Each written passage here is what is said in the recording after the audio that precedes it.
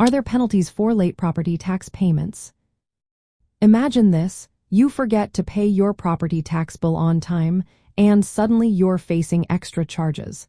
That's because most places do have penalties for late payments.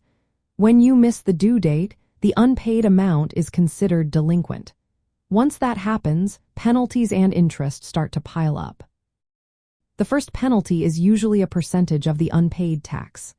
For example, many areas charge about 10% of the overdue amount right after the due date.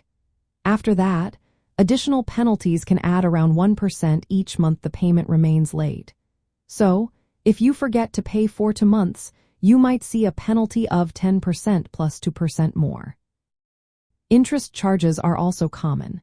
They are calculated on the unpaid tax from the day it becomes delinquent until it is fully paid.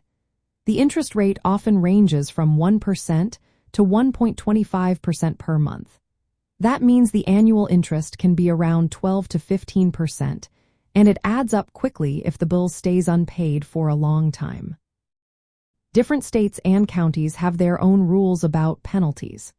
In Texas, if you do not pay within 1 month after the due date, you could face a 6% penalty plus 1% for each additional month. California's Nevada County charges 10% right after the due date, plus a $10 fee on the second installment if it is not paid. Oklahoma requires a 10% penalty if taxes are unpaid 30 days after the deadline, along with interest at 1.25% per month. Some jurisdictions also add flat fees or administrative charges for late payments, especially if you miss multiple installments.